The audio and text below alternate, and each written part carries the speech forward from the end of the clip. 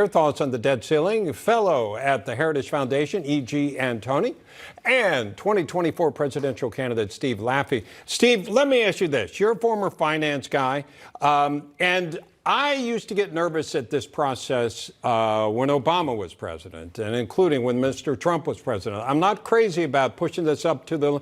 I understand you got leverage at those moments, and you can maybe get some things. What is your feeling? Because I always worry that they don't realize the danger that could come if we actually in some way default on our debt. I think they do realize, they just don't want to say so. 2 weeks ago on your show, I said they would pass this. They will pass this. We won't default on the debt. We never will. There's plenty of time. And they set up Mrs. Yellen, the Secretary Treasurer, to say it's going to, they push it back a week so they can get the vote done. But the real problem is that they're not touching the real problems. Both parties, my party, the Republican Party, will declare victory, but there's no victory here. Unless we handle Social Security, Medicare, Medicaid, and it looks like the other candidates I'm running against don't understand this. There's sort of the emperors with no clothes out there, Bob. I mean, we really have to have Social Security fixed. Like I'm running on. I'm running to fix these third rail problems. We need leadership on this. And we don't need people like, Governor DeSantis just saying he wouldn't vote for it and exploding, like the article I just read, and then not having a plan to fix these debt problems. That's sort of the emperor with no clothes. Yeah, EJ, something that struck me, of course, from James Rosen's report was the discussion of a potential vote of no confidence regarding Speaker McCarthy. Your thoughts on that?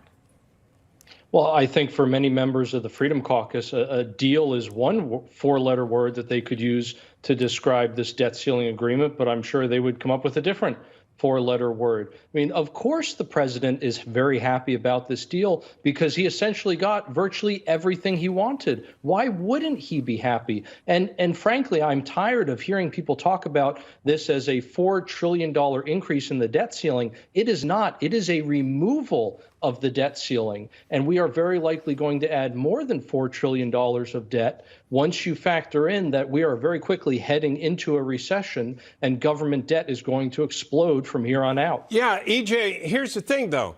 This is like you bought a car and now you don't want to pay for it. And it's already, these things have been passed. Now, I would argue they should have argued over the price of the car when they were buying the car.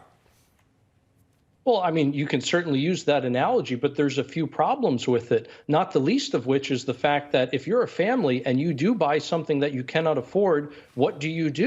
You sell it because you can't afford it. And so Congress needs to do the exact same thing. They need to start making the hard decisions of saying, look, we can't afford all of this. And so therefore, we need to walk some of these purchases back, or maybe we need to sell off some assets like federal land, for example. That would be a complete treasure trove of untapped wealth that Congress, for whatever reason, hasn't touched yet. But it certainly could help to get rid of some of these deficits. Now, it's only a short-term measure, right? Because you can only sell off assets for so long and then they're gone. What really needs to happen is we need to rein in spending. And Steve, build on that. What really needs to happen, for example, to protect this from, or to prevent this from happening in the future? Of course, you're running for president. What would you do? Well, SteveLaffey.com, I've got exactly what has to happen. Number one, $61 trillion in Social Security unfunded liabilities have to go away. We can make that happen. You can't be President Trump or mini Trumps and say you're not going to touch it and be serious. We've got to then take on the Federal Reserve Board and change their mandate to start. They can only do inflation. They have to target at zero. They have to go back to the quantitative studies of money and get inflation to zero, because these middle-class people listening to this show have been hosed for like $8 grand and got a check for $1,400. And that's what has to change. If the middle class is not rebuilt in this country, we all lose.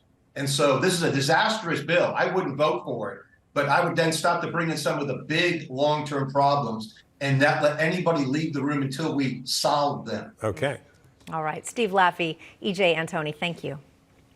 Thank you. And coming